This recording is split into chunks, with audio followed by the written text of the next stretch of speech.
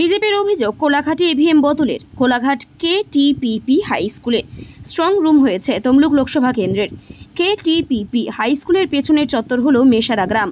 গ্রামবাসীদের অভিযোগ, বৃহস্পতিবার রাতে গাড়িতে করে কয়েকজন দুষ্কৃতী এখানে আসে। তাদের হাতে ওয়াকি টকি নিয়ে ঘোরাফেরা করতে দেখা যায়। সন্দেহভাজন ওই লোকেদের ঘিরে বিজেপির কর্মী সমর্থকরা বিক্ষোভ দেখায়। খবর পেয়ে ঘটনাস্থলে আসে কোলাঘাট থানার বিশাল পুলিশ বাহিনী। আমি হঠাৎ খবর পেলাম রাত্রে 9টা নাগাদ যে এখানে একটা বড় গন্ডগোল হচ্ছে।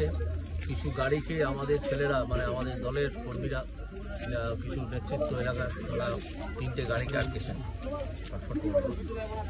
তাহলে 3টে গাড়িকে আটকেছেন। তো আমি যত তাড়াতাড়ি সম্ভব আমার যেখানে থাকি সেখান থেকে চলে এলাম। এসে শুনলাম, দেখলাম যে প্রচণ্ড উত্তেজনা এবং 3টে গাড়ি তারা আটকে ছিল। এখন শোনা যাচ্ছে 3টে গাড়িতেই ভর্তি আর্মস ছিল এবং তারা যা স্পট করতে পেরেছে সেই গাড়িতে অন্তত 4 জন ছিল যারা কলকাতার ছেলে বলে তাদের মনে হয়েছে, তারা এই জেলার ছেলে নয়। এবং তারা গ্রামে ঢুকে সেখানেও গ্রামবাসীদের সঙ্গে কথাবার্তা বা ইন্টারাকশন বা কিছু করার চেষ্টা করেছে, সেই সম্বন্ধে অভিযোগ আছে। তো আমি পুলিশের কাছে জানতে চাই এবং এই নিয়ে পুলিশের সঙ্গে আমার তর্কাতর্কি বাধে। এই কারণে বাধে যে পুলিশের যিনি SP তিনি প্রথম থেকেই ভীষণ বায়াস। তো সেই জন্য পুলিশকে ভুল বোঝার অবকাশ সবসময়ই আছে। তো পুলিশের সঙ্গে আমার তর্কাতর্কি হয় এবং আমি জানতে পারি তখন ছেলেদের থেকে যে ওনারা গাড়িগুলোকে বার করে দেওয়ার ব্যবস্থা করেছেন। পরে যেটা দেখলাম যে না, ওনারা করেননি, গাড়িগুলো নিজেরাই কোনোভাবে পাশ কাটিয়ে জোর করে বা ভয়তে হয়তো পালিয়ে গেছে। তো এখন আমাদের এখানে অন্তত সদুয়েক লোক আছেন। পুলিশের সঙ্গে আমার কথা হয়েছে, পুলিশ পাহারা এখানে বাড়িয়েছে এবং পাহারা কড়া করেছে। আমি পুলিশকে অনুরোধ করেছি যাতে এই ধরনের গাড়ি টাড়ি আর না আসে এবং তাদেরকে এই ব্যাপারে কড়া পাহারা রাখতে। আমি এখন DM এর সঙ্গে দেখা করতে যাচ্ছি।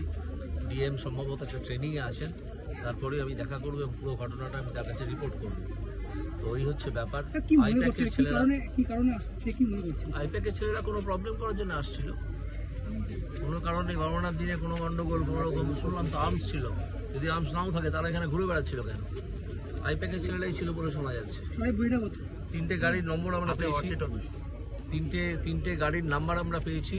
সেই 3টে গাড়ি আমরা পুলিশকে নাম্বার দিয়েছি এবং আমরা জানতে চাইব আগামীকাল বিকেলের মধ্যে যে এখানে গণনা কেন্দ্র আছে।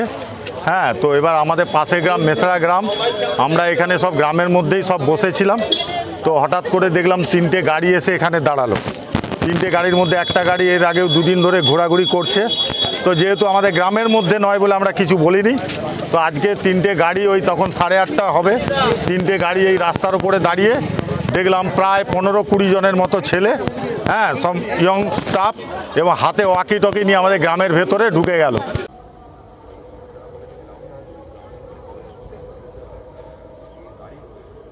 ব্যুরো রিপোর্ট, এখন সংবাদ।